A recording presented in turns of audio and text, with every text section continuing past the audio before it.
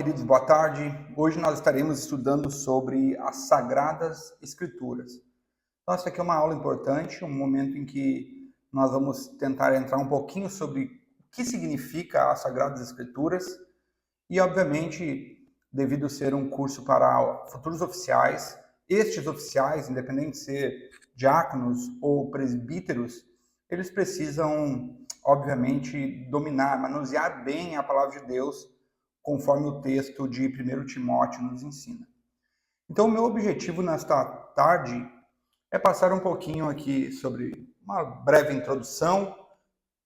Depois aqui vamos falar sobre a natureza das Sagradas Escrituras, a divisão dos livros da Bíblia, formação do cânon, hermenêutica, a Reforma Protestante e, se Deus assim permitir, algumas aplicações finais. Então, para iniciarmos aqui esta aula, a nossa proposição inicial aqui é que a Bíblia, ela é a palavra de Deus. Ela não é apenas a palavra de Deus, mas ela é suficiente, autoritativa e transformadora. Então, ela é essencial para a vida do cristão, ela é essencial para a vida dos oficiais. Existem várias ferramentas que os homens manipulam, usam, e, obviamente, para nós que somos servos de Deus, a palavra de Deus ela é a nossa única regra de fé e prática. Então, a Bíblia ela não é apenas um livro de sabedoria humana, ela não é um livro do Shakespeare, ela não é um livro de Homero, que contém algumas histórias que nós escolhemos ali qual parte ela é mais agradável a nós, mas ela é a própria palavra de Deus. E para falar da palavra de Deus, obviamente, precisamos citar esta palavra de Deus. E o nosso texto base está lá em 2 Timóteo 3,16, que diz assim: toda escritura é inspirada por Deus e útil para ensino, para repreensão, para correção, para educação na justiça. Então, o objetivo deste estudo é entender um pouco sobre a natureza das Sagradas Escrituras, o que isso significa para nós. E, obviamente, considerar aquilo que os reformadores chamavam de tota escritura, ou seja, toda a escritura como um todo. Então, estudar a escritura é essencial para conhecer o próprio Deus. Não há como conhecer Deus por outra forma. O autor de Hebreus nos diz que Deus se revelou de muitas formas, de muitas maneiras pelos pais, mas agora ele se revela por meio do Filho. Isso significa que, uma vez que o cânon do Novo Testamento foi fechado, não existe outros meios de revelação. Então, antes de entrarmos nas Sagradas Escrituras, propriamente dito, nós precisamos entender que a Escritura ela é a revelação especial do próprio Deus. O homem não tem como olhar para a revelação geral, a revelação de Deus, e crer em Deus por meio desta revelação geral. Então, aprove a Deus registrar esta palavra sagrada, para que nós, por meio desta revelação especial, viéssemos a crer nele. Então, tudo que nós precisamos saber a respeito deste Deus está revelado nas Sagradas Escrituras. Mas vamos ver um pouquinho sobre a natureza da palavra de Deus. Então, a natureza da palavra de Deus, ela é a autoridade sobre o que nós cremos sobre ela. Por exemplo, algo que nós chamamos de atributos das Escrituras. Então, essa escritura, ela é inspirada, é um dos atributos da palavra de Deus, a inspiração das Sagradas Escrituras. Nós não usamos a palavra inspiração para outras coisas. De forma vulgar, as pessoas muitas vezes falam, me senti inspirado para escrever esta música, esta história. Mas a doutrina da inspiração, ela cabe apenas para as Sagradas Escrituras. Nós podemos, obviamente, dizer que o Senhor nos iluminou, que o Senhor abriu a nossa mente. Nós fazemos no culto um momento de inspiração, onde nós pedimos para que o Senhor ilumine, um momento de iluminação, para que o Senhor ilumine o nosso coração e possamos entender essa palavra. Mas o que nós entendemos aqui é que esta palavra ela é inspirada por Deus. Segundo Pedro, 2 Pedro 1:21, a palavra de Deus diz assim: pois jamais qualquer profecia surgiu da vontade humana, mas homens falaram da parte de Deus, sendo movidos pelo Espírito Santo. Então nós temos apenas a palavra de Deus como palavra inspirada. Então vamos ver um pouquinho aqui o que significa, como é que funciona esta inspiração. Nós podemos dividir em duas partes. A parte primeira, a parte verbal, ou a parte plenária. Ou seja, cada palavra da Sagrada Escritura, a parte verbal, cada palavra, cada sentença, ela não é apenas uma ideia geral que compõe algo que é inspirado. Não, cada palavra das Sagradas Escrituras foi guiada pelo Espírito Santo para que esteja ali e seja e é a palavra de Deus. Diferente do que os liberais dizem sobre esta palavra, que ela fala por meio deste livro que contém erros, ou os neo-ortodoxos que diz que Deus fala por meio deste livro que contém palavras erradas, que não inspiradas, mas se tornam a palavra de Deus. Os liberais falam isso, que esta palavra se torna a palavra de Deus quando o Senhor fala conosco, através desse livro que contém erros. Nós, ao contrário disso, cremos que esta palavra ela é completamente inspirada. Mas nós vemos também que esta palavra ela é inspirada de forma plenária. O que isso significa? Ela se utilizou de cada um desses autores bíblicos, Pedro, Paulo, Moisés, entre outros autores, para compor este livro sagrado inspirado por Deus. Ou seja, Deus inspirou estes homens, eles não estavam ali escrevendo como um Allan Kardec, ali fechando os olhos e psicografando. Não, mas Deus usou de cada um deles, cada um com as suas habilidades, cada um com seus talentos, para que este livro fosse composto. Eles estavam conscientes disso. Então, outro atributo das Sagradas Escrituras é a autoridade da palavra de Deus. Então, esta palavra, ela contém autoridade sobre todos os outros documentos. A nossa própria Confissão de Fé, logo no primeiro capítulo, a Confissão de Fé de Westminster, ela fala que a palavra de Deus ela é suficiente e infalível para a nossa fé e prática. Ou seja, as confissões estão aqui, palavra do homem, e nós temos aqui a palavra de Deus, a palavra inspirada. Nós vemos também que esta palavra tem o atributo da suficiência, ou seja, contém absolutamente tudo que nós precisamos para crer e obedecer em Deus. Perdão.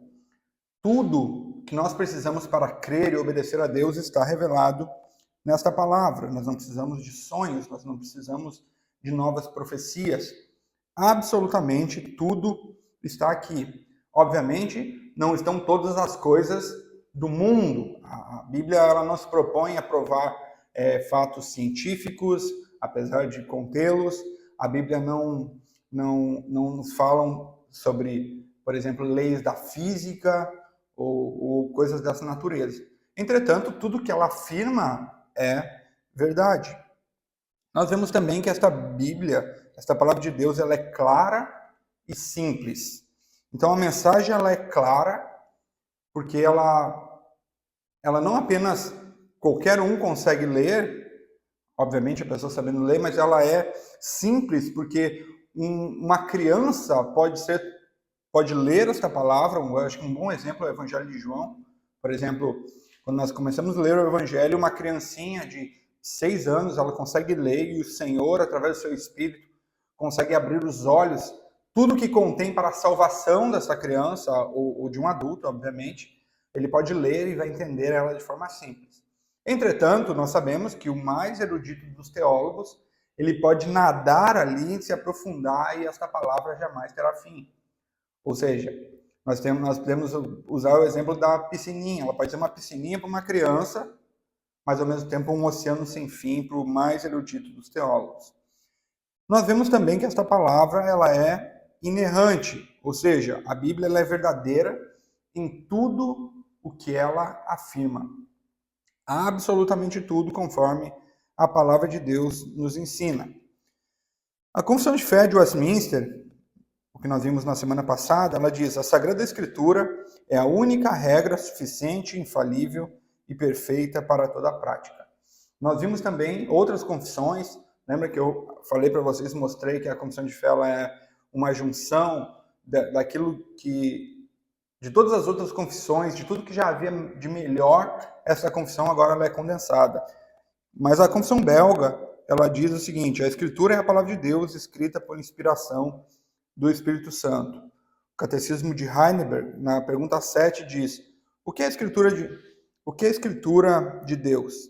E a resposta é a palavra de Deus escrita, que nos ensina o que devemos crer a respeito de Deus e fazer como seu dever. Então, conhecer esses atributos da palavra de Deus é exatamente a forma de nós crer nesta palavra de Deus. Obviamente que o Espírito Santo aplica esta palavra em nós, mas esses catecismos aqui, essas confissões, elas nos mostram que um bom caminho é olhar para essa Escritura, entender essa Escritura, crer na Escritura, obedecer a Escritura e ensinar esta palavra de Deus. Então nós podemos ler na Bíblia que nós sabemos que ela fala claramente, que ela é confiável e contém tudo o que nós precisamos para a vida. Mas vamos caminhar um pouquinho aqui na divisão dos livros da palavra de Deus. Então a palavra de Deus, ela contém obviamente 66 livros, não mais, nós já veremos isso logo logo. 39 livros no Antigo Testamento e 27 livros no Novo Testamento. Então, no Antigo Testamento, nós temos a primeira parte, que é chamado de Pentateuco, os 5 primeiros livros da Sagrada Escritura: Gênesis, Êxodo, Levítico, Números e Deuteronômio.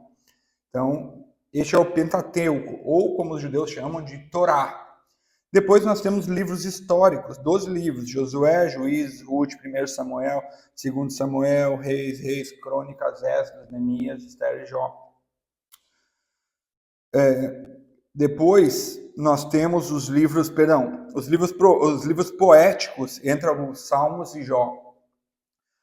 Eclesiastes, Cânticos dos Cânticos também. Por que eu fiz essa confusão? Porque no Antigo Testamento a forma que a Bíblia era dividida pelos judeus era um pouquinho diferente da nossa. Por exemplo, nós temos o último livro do Antigo Testamento para os judeus como 2 Crônicas. Para os judeus, quando nós falamos, por exemplo, os profetas, eles entendem desde Josué até Crônicas. Mas para nós, obviamente, a gente tem uma forma mais, não digo que é mais organizada, mas é a forma que a igreja entendeu dessa divisão. Não se trata de melhor ou pior, ou o que é inspirado ou não. É só uma forma diferente que eles organizaram, especialmente o Antigo Testamento. Nós temos também os profetas maiores, que é Isaías, Jeremias, Lamentações, Ezequiel e Daniel. E os 12 profetas menores: Oséias, Joel, Amós, Obadias, Jonas, Miqueias, Naú, Abacuque, Safonias, Ageu, Zacarias e Malaquias. Então vocês estão aprendendo isso ali com a musiquinha das crianças ali, sobre os livros da Bíblia. Esses são os 39 livros do Antigo Testamento. Já no Novo Testamento nós temos 27 livros.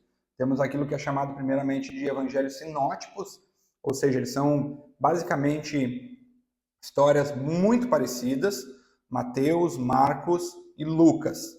Depois, João, que foca muito mais na parte final da vida de Jesus. Obviamente, cada um desses evangelistas, eles possuem uma ênfase na forma que eles contam a história de Jesus, essas narrativas.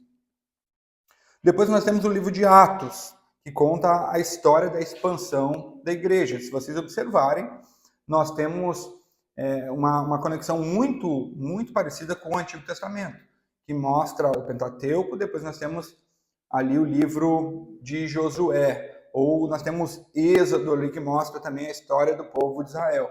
Gênesis, Êxodo.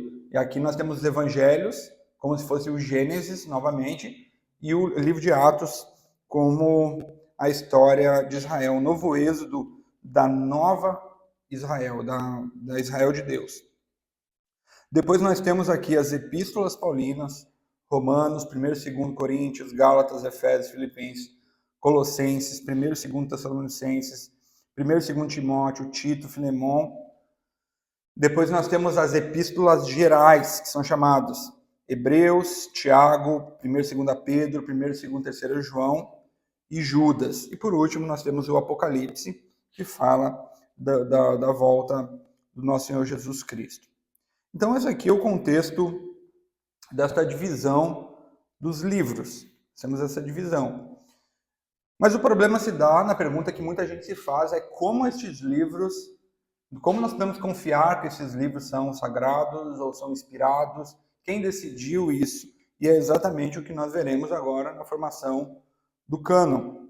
Então, a formação do cânon, especialmente, ou melhor, primeiramente, o cânon judaico, nós temos já ele fechado no primeiro século depois de Cristo. Nós temos ali vários debates em escolas rabínicas, mas na época de Jesus nós já temos esses 39 livros fechados. Nós temos a primeira parte, que é chamada de Torá, o Pentateuco. Depois nós temos os profetas e os escritos, que eles chamam de Tanakh, que é o que Jesus fala. Então, se vocês lembrarem aquele texto do Evangelho que o Senhor diz assim, olha, examina nas Escrituras, veja se eu não estou nos Salmos e nos Profetas.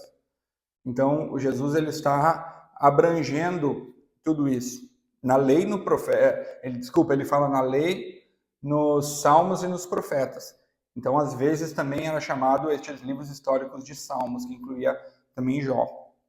Mas isso é como os judeus viam, e obviamente o Senhor Jesus também entendia dessa forma.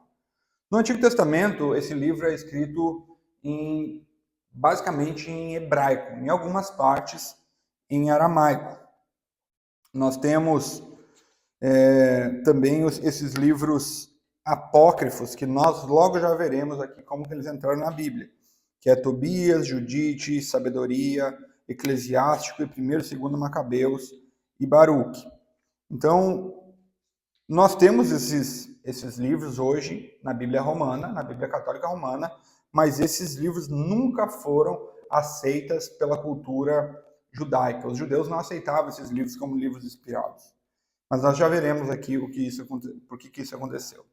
No Novo Testamento, então, nós temos os 27 livros confirmados ao longo de toda a história da Igreja. É importante salientar que nunca houve na história da Igreja um concílio específico para a escolha destes 27 livros do Novo Testamento, que é escrito em grego. O que nós vemos é, ao longo da história, a Igreja naturalmente filtrando estes livros, uma vez que esses livros continham ou problemas teológicos, ou erros geográficos, ou erros de outras naturezas. Então, no caso dos livros, os 27 livros, nós percebemos que naturalmente, porque nos primeiros séculos, primeiro e segundo século especialmente, nós temos vários livros que são chamados apócrifos, livros correndo. Nós temos, por exemplo, o Apocalipse de São Pedro, Epístola de Judas, se eu não me engano, Apocalipse de Judas. Não, enfim, tem um outro nome aqui para os livros de Judas, Evangelho segundo Judas. Mas, obviamente, as pessoas, estes cristãos dos primeiros séculos, já entendiam, já conseguiam perceber que esses livros não eram livros inspirados. Mas desde o ano 367, nós já temos, por exemplo, nos escritos de Atanásio, que já havia listado esta Bíblia nos 27 livros, como nós conhecemos hoje. Nós temos depois também um outro concílio, chamado Concílio, se eu não me engano, de Catargo, se eu não me engano. Logo perto dessa época aqui também, já fechado estes livros dos 27 do Novo Testamento. Mas então, como que a Igreja Católica adicionou, e por que ela adicionou estes 7 livros a mais no Novo Testamento? Não apenas no Novo Testamento, na Palavra de Deus, na verdade só no Antigo Testamento. Nós temos algo muito interessante. Esses livros, eles são anexados no Concílio de Trento em 1546. Então, eles colocam uma vez que, imagina, 1546, a Reforma acontece em 1517. Agora começa a se desenvolver a teologia, onde Lutero ele coloca as suas teses, começam a discutir sobre estas teses. Agora o catolicismo confronta o protestantismo, incluindo novos textos nas Sagradas Escrituras. Porque o que aconteceu foi esses reformadores perceber que o problema não era ou não estava apenas na justificação pela fé, mas estava também incutido em toda a teologia católico-romana como um polvo, ali, um tentáculo, amarrando todas as doutrinas. Uma vez que os teólogos agora da pós-reforma protestante começam a desenvolver a sua teologia, em especial a teologia da aliança, eles vão perceber que o problema ele é muito mais sério.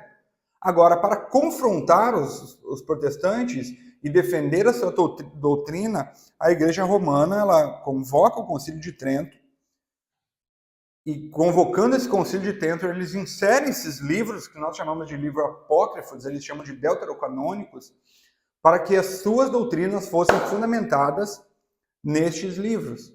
Uma delas, por exemplo, nós temos a oração pelos mortos. Outra, por exemplo, nós temos a doutrina do purgatório. Então, da onde que eles tiram essas doutrinas? Destes livros apócrifos que foram acrescentados em 1546. Bom, se nós já vemos a natureza aqui, os atributos da palavra de Deus, nós vemos aqui a divisão destes livros, desses 66 livros. Nós vemos a formação do cânon. Como então nós devemos interpretar a palavra de Deus? Então isso chama-se hermenêutica. Então, para quem já estudou aí hermenêutica, sabe que esse nome, hermenêutica, vem de Hermes, um nome grego, daquele deus que era o que entregava as mensagens. Então, Hermes era o mensageiro. Então, hermenêutica é a ciência que estuda esta mensagem. Então, ao longo da história, nós vemos que houveram várias formas de interpretação, em busca de encontrar, obviamente, a melhor interpretação, a melhor forma de interpretar este documento sagrado, este documento inspirado. Nós temos, por exemplo, do segundo ao terceiro século, uma escola alegórica, que é a chamada Escola de Alexandria. Dentre esses nomes estavam Orígenes, Clemente de Alexandria, entre outros. Então, como é que eles interpretavam? Para eles, a escritura era alegórica. Daí também vem Agostinho. Agostinho ainda sofrerá uma influência forte desta escola de Alexandria. Por exemplo, para Agostinho de Hipona, Gênesis era um livro alegórico. Então, não acreditava na literalidade do livro de Gênesis. Isso vai trazer uma série de problemas na interpretação bíblica, uma vez que esses irmãos começam a se afastar, à medida que esta alegoria cabe de acordo com a visão do intérprete, não daquilo que as Sagradas Escrituras dizem, fazendo com que estes irmãos fossem muito distantes do texto literal. Então, para combater essa escola de Alexandria, nós temos a escola gramatical de Antioquia. Dentre os nomes está Teodoro de Mopsuestia e João Crisóstomo, que é um nome conhecido. Então, estes homens, eles já interpretam a escritura de forma gramatical. Então, para eles, a escritura, ela respondia à escritura. Então, haviam, por exemplo, exageros de interpretação alegórica, onde as pessoas vinham, por exemplo, olha o absurdo que chegava. Tá bonitinho, não vou riscar. Mas, por exemplo, a passagem de Êxodo, quando Deus manda a última praga, manda colocar o sangue no umbral das portas, alguém interpretava ali as portas como uma perna humana, e a partir aquele sangue ali como um sangue de menstruação feminina. Eu, obviamente, não falaria isso na escola dominical, ali com as moças, com as irmãs junto, mas só para vocês perceberem a distância que acabou indo à interpretação alegórica. Já, então, estes outros irmãos da escola de Antioquia, eles vão dizer, olha, nós estamos longe demais, vamos voltar para cá, vamos interpretar a escritura pela escritura. Então, esses são os métodos de interpretação, os métodos hermenêuticos nos séculos 2 e 3. Depois, com a Idade Média, a igreja, ela se utilizou de um método chamado quadriga. Não sei se vocês já ouviram isso. São 4 formas de interpretação das escrituras. Eles aplicavam as 4 formas, e são elas literal, alegórica, moral e anagógico. Então, o que isso significava? Um exemplo aqui que eu peguei por exemplo, quando a palavra diz Jerusalém, eles podem dizer literalmente a cidade. Alegórico, a igreja. Moral, algo que se aplicava para o crente. E anagógico, a Jerusalém celestial, ou uma visão muito mais apocalíptica. Então, o que esse texto quer dizer para quando Jesus voltar novamente? Então, era necessário fazer uma série de ajustes na interpretação para que pudesse se aplicar todos estes métodos aqui, essas 4 formas de interpretação. E a Idade Média ela durou muito tempo, até o período ainda da Reforma Protestante haviam ainda vestígios. Lutero, nós temos vestígios dele, por exemplo, interpretando vários textos de forma alegórica. Um deles é a transformação da água para o vinho. Então, ele cria, obviamente, nessa transformação física, mas ele aplicava ali fazia várias inserções na sua interpretação de forma alegórica. Então, nós temos aqui esta hermenêutica. Na Reforma Protestante, a Reforma, então, ou esses reformados vendo como longe foram estes intérpretes, aplicando este modo quadriga, eles vão agora falar algo ou trazer para o seio da igreja novamente, uma vez que agora a igreja rompe com o catolicismo e os métodos utilizados pelo catolicismo romano, e eles vão trazer aquilo que nós conhecemos hoje como o sola scriptura. Então, o sola scriptura ela é a regra única de fé e prática, não apenas o sola scriptura, mas o tota scriptura, ou seja, somente as escrituras, e toda a escritura ela é inspirada por Deus, conforme nós vimos em Timóteo. Toda escritura é inspirada por Deus e útil para ensino. Então, o resultado é o retorno do método gramatical. Nós temos agora essas pessoas envolvidas aqui, muitos teólogos, interpretando historicamente e gramaticalmente. Então, histórico-gramaticalmente falando. Então, eles analisam o contexto da época, observam a história, o que aconteceu lá atrás, analisam um texto dentro do seu contexto, fazem hermenêutica, a exegese do texto, e então entendem o que esse texto realmente quis dizer. Então, a Bíblia, ela deve ser compreendida dessa forma. Quando vocês observarem, abrirem a Bíblia para estudar, a Bíblia ela precisa responder à Bíblia. Então, uma outra regra hermenêutica, uma outra regra exegética, textos mais difíceis são respondidos por textos mais claros. Então, o que a igreja hoje geralmente tem feito é o contrário. Eles pegam textos mais fáceis e mete ali um texto difícil em cima e traz essa confusão. Então, nós temos, se vocês observarem, a mesma ideia de interpretação que nós tínhamos no segundo e terceiro século, nós temos hoje. Se por um lado nós temos os reformados que examinam a escritura de forma histórico-gramatical, por outro lado nós temos os pentecostais e neopentecostais que analisam a escritura de forma alegórica. Nenhum deles vai negar que a escritura tem um sentido literal. Mas na vida prática, o que nós vemos são essas pessoas abrindo a Bíblia e dizendo assim, vamos ver o que Deus fala comigo hoje. E então, uma vez que ela coloca o dedo naquele texto, ela diz assim, Deus falou isso para mim. E eu, então, ajeito aquele texto para caber dentro daquilo que eu queria ou gostaria de ouvir. Então, essa não é uma forma muito saudável. Então, queridos, a aplicação final aqui que eu tenho para vocês é a seguinte. A Escritura, ela é suficiente para nos ensinar, ela é suficiente para nos repreender, ela é suficiente para nos corrigir, para nos instruir na justiça. Todo diácono, todo presbítero, todo cristão, ele precisa se submeter às Sagradas Escrituras. Então, a Bíblia, ela é a base do nosso entendimento. A palavra de Deus, ela é onde nós precisamos, ela é aquela a quem nós recorremos. A palavra de Deus é aquela que nos oferece respostas, é aquela que fortalece a nossa fé, porque a fé ela vem por ouvir e ouvir a palavra de Deus. Então, não basta você dizer que é cristão, não basta dizer que você tem um título, uma carteirinha de diácono, de presbítero, de pastor, se as Sagradas Escrituras não é a sua regra de fé e prática. Então, nós precisamos, como cristãos, ter esta palavra, entender e crer nessa natureza, entender e crer nessa divisão dos livros, como este livro aqui, de forma natural, ele se transformou e foi fechado esse cânon. Interpretar ela de modo histórico-gramatical. Lembrar dos princípios da reforma, porque nós somos uma igreja que sempre está se reformando. A Eclésia Reformata, sempre reformando a esta. O que significa? Sempre voltando à reforma. sempre voltando às Escrituras. Então, esse é o meu apelo, esta é a minha oração. Eu espero que este vídeo tenha sido muito ilustrativo, embora aqui numa situação complexa aqui, com talvez uma iluminação ruim. Preferia, obviamente, estar falando com vocês cara a cara, mas se vocês tiverem dúvidas, tiverem perguntas, podem me enviar e eu certamente ficarei muito feliz em estar respondendo.